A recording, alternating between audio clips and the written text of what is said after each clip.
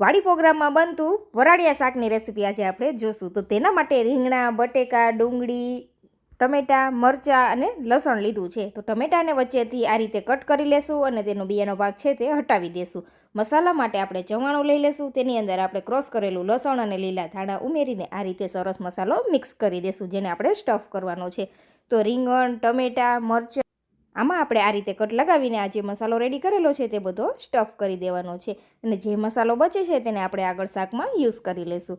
તો આ રીતે બધા જ વેજીટેબલ સરસ સ્ટફ થઈને તૈયાર છે. તો હવે લઈ લીધું છે આ રીતે ઢોકળિયું. ઘરે બનાવવા માટે આપણે આ રીતે ઢોકળિયાનો ઉપયોગ કરીએ છીએ. તો શાકભાજીને આ રીતે ગોઠવી દીધા છે. હવે લસણની આ રીતે આપણે ઉપરની છાલ છે ને તે હટાવી દઈશું અને ડીટીયાના ભાગને આપણે કટ કરી લેવાનો છે. આ રીતે લસણ સરસ સાફ થઈ જાય તેને પણ આપણે સ્ટીમ થવા માટે રાખી દઈશું.